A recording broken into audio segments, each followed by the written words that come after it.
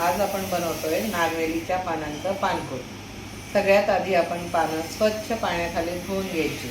टॉवेलने त्याला नीट पुसून घ्यायची। त्याच्यावर माती कचरा काही असेल तो स्वच्छ झाला पाहिजे। त्यानंतर त्याचं मॉइश्चर निघण्यासाठी फॅनखाली त्यांना असं सुकायला ठेवायचं।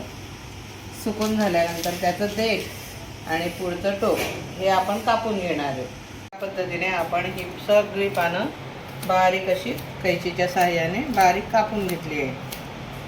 अशी 10 मिनिटं त्याला पंख्याच्या हवेखाली त्याचं मॉइश्चर जावं। कापल्यानंतर पण पानांना पाणी सुटतं, त्याच्यामुळे 10 मिनिटं त्यांना सुती कपड्यावर पसरवून ठेवले होते।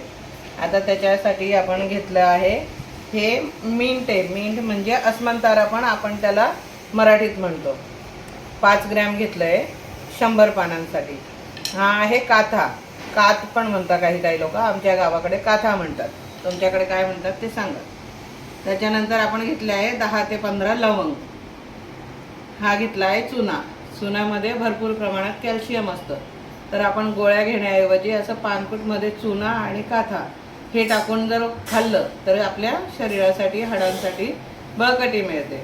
हा आपण टाकणार आहे फक्त अर्धा, 100 पानांसाठी अर्धाच ट्यूब टाकणार। नंतर हे आहे आपलं काश्मीरी सुगंधित मसाला, म्हणजे आपल्याला थोडीशी फील यावं की आपण बाहेरचं पानवाल्याकडनं पान खातोय म्हणून हा घ्यावा। त्याच्यानंतर हे आहे अर्धा किलो गुलकंद। 100 पानांसाठी मी घेतलंय अर्धा किलो गुलकंद। त्याच्यानंतर ही आहे बडीशोप, तीळ, त्याच्यानंतर थोड्या बाळ शेपा आणि घेतल्या आहे मी याच्यामध्ये आपले अळशी असते ना, अळशी ती पण घेतली आहे। जेणेकरून म्हणतात की हृदयासाठी अळशी चांगली असते, म्हणून मी थोडी त्यात 100 ग्रॅम ती पण घेतली आहे। सगळं प्रमाण समप्रमाणात मी बडीशोप, तीळ, अळशी, ओवा असं सगळं काही एकत्र बनवून घेतलंय। हा पण मुखवास छान असतो। हा सगळ्यात आधी मी कात बारीक करून घेते। कात बारीक करून झाला की त्याच्यानंतर मी त्यातच थोडे लवंग ते टाकणार आहे। जाडसर त्यालाही कुटून घेणार आहे।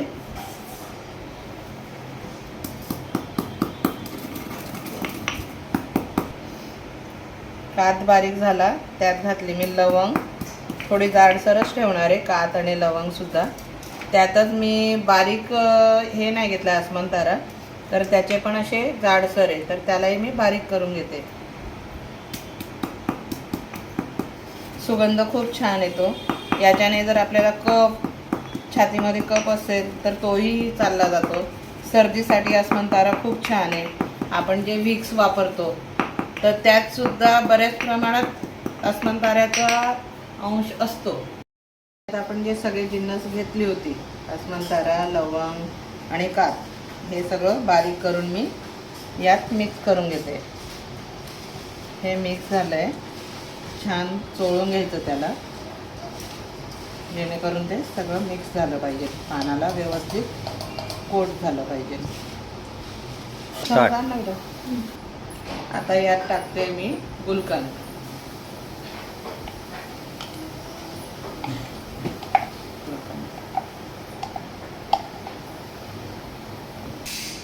हे टाकून झालंय आपलं गुलकंद। याच्यात टाकतोय आपण आता सगळं मिक्स बडीशोपचं जे दाखवलं होतं तुम्हाला मी मुखवास, तो टाकते आणि यालाही चांगलं मिक्स करून घेऊया। त्यानंतर याला थोडा वेळ असंच राहू देऊ आणि नंतर एक फेर मिक्सरमध्ये काढून घेऊ, जेणेकरून ते अजून छान मिक्स झालं पाहिजे।